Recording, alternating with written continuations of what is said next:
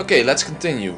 We've talked about the possibility of God, to what extent we could be wrong, laws of logic, and your supposed divine certainty, quote-unquote, model, which are far from even being coherent.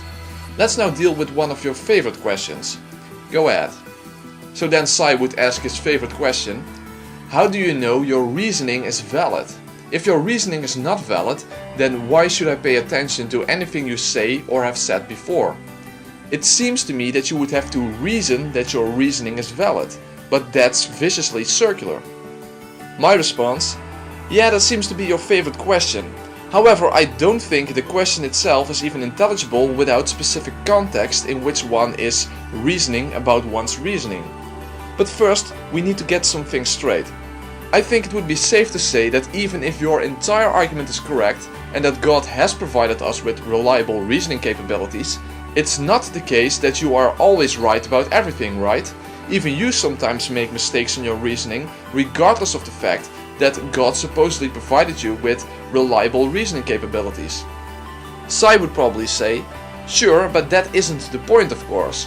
I'm not claiming to be infallible or that any human being is infallible and never uses fallacious forms of reasoning. I'm talking about the preconditions of intelligibility. In other words, that which has to be true in order for our reasoning capabilities to be reliable. My response: alright, now let me ask you this. Do small children know how to reason properly, or do they often use fallacious forms of reasoning because they do not yet understand how to reason properly? So I would probably say, well, children often use very fallacious reasoning, but why is that relevant?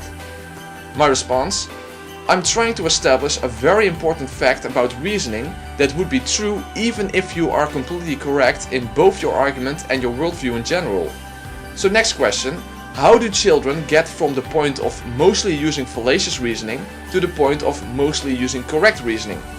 Of course, there are lots of people who stay in that position of mostly using fallacious reasoning, and I could think of some examples, but just in general, how do you get from poor reasoning to proper reasoning? Sai would probably say, well, through a learning process. They learn how to reason correctly. My response: correct. So children learn how to reason properly, and they learn that from other humans through experience and this one is really important, through reflection. But even if your worldview is correct, they don't learn any of this from God himself, right? Sai would probably say, oh, wait a minute, are you trying to argue that proper reasoning is something that people learn and not from God himself, and that therefore God is not required for valid reasoning capabilities? That's not what I've been arguing for, so now you are just attacking a straw man. My response: no, that's not what I'm getting at. I'm just establishing something that is true regardless of which worldview is true. So even in the Christian worldview, proper reasoning is the end result, well, technically it's an ongoing process as we learn more every day, of a learning process that had very poor reasoning as a much earlier state, and that which God supposedly provided to us with has, in and of itself, nothing to do with that process of getting from a state of poor reasoning to a state of proper reasoning. So when you say that reasoning about your reasoning is viciously circular, you cannot be referring to this process, which could very well be defined as reasoning about reasoning.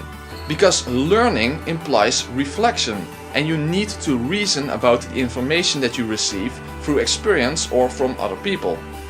In other words, when we learn about proper reasoning or reflect on how we thought about situations or argumentations or what have you, you already are using your reasoning. But you already agree with me, and you are forced to agree with me since it applies to your worldview as well, that this is not viciously circular.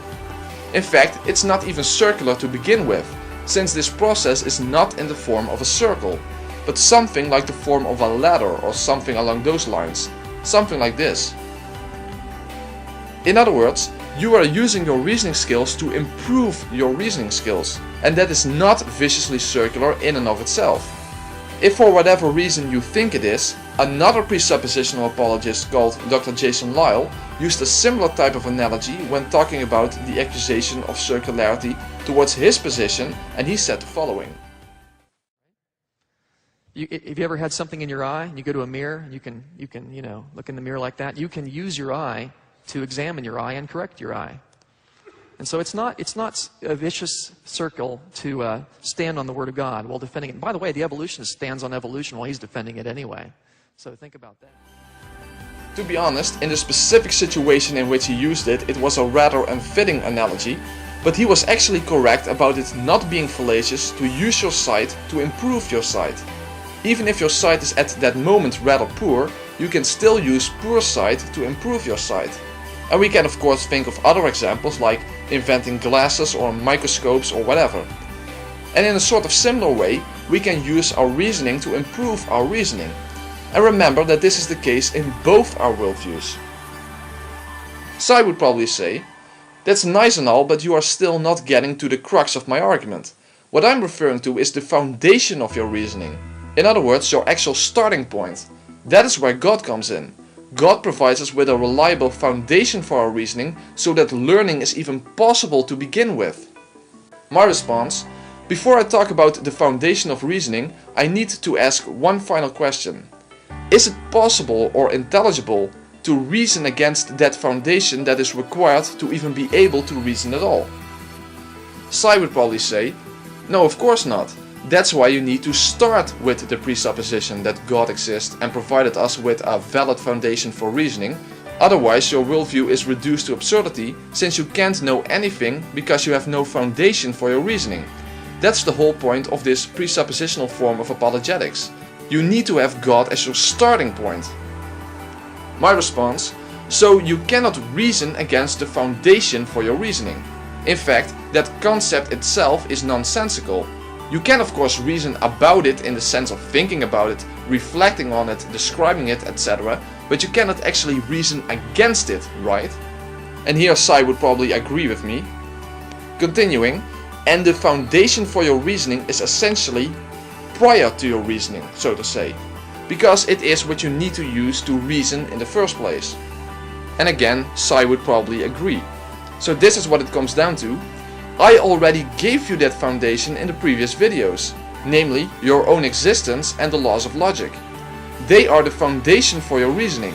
It's the starting point where your reasoning flows out of. You cannot disconnect reasoning from the foundation of that reasoning, since they are inherently connected. After all, it's not like you are talking about separate entities or even entities at all to begin with. In other words, the self-attesting laws of logic and the certainty of your own existence as a foundation is already in place before you even start to reason about anything at all. And your reasoning comes forth from that foundation. And we already talked about the fact that it's meaningless to attempt to reason against that foundation, because even assuming that you don't exist requires your existence. Even assuming that the laws of logic are false requires them to be true, as I've talked about in the previous parts. And you yourself are forced to acknowledge that for a very simple reason. Namely, you yourself are taking the same approach, only in a different form. After all, if I would say that you are using your reasoning to come to the conclusion that you need to have God as your foundation of reasoning, you would also say that that's nonsensical. Because you cannot separate your reasoning from the foundation of reasoning itself, as if they are somehow separate entities put together which you can momentarily disassemble. You can of course reflect upon your foundation, which is exactly what I did in the previous parts, and that's how I showed that when you do, you always are confirming that foundation in whatever you do, because again, even claiming that you don't exist or that the laws of logic are false requires your existence and the validity of the laws of logic. In other words, you start with logic and your existence as a foundation, and then you use the ladder-shaped process of learning through experience, reflection, and being taught about proper reasoning from other people in order to improve your reasoning abilities. And remember, I also said in the previous parts that it's not about being consciously aware of that foundation, because that actually only happens later in life. Children are in no way aware of the fact that they know that they exist with absolute certainty, or have even heard of the laws of logic.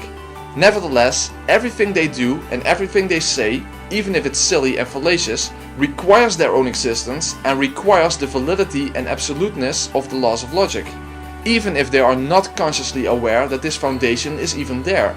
In fact, most adults are not even consciously aware of that. So, in conclusion, The whole issue of reasoning about reasoning being viciously circular is false. When it comes to your foundation, it's not even applicable, and when it comes to the process of getting from a state of poor reasoning to proper reasoning, it's not even circular to begin with, let alone viciously circular. So, in the end, you going around asking people how they can know that their reasoning is valid and then accusing them that their position is viciously circular as if you're actually making some sort of valid point is, to say the least, quite unreasonable.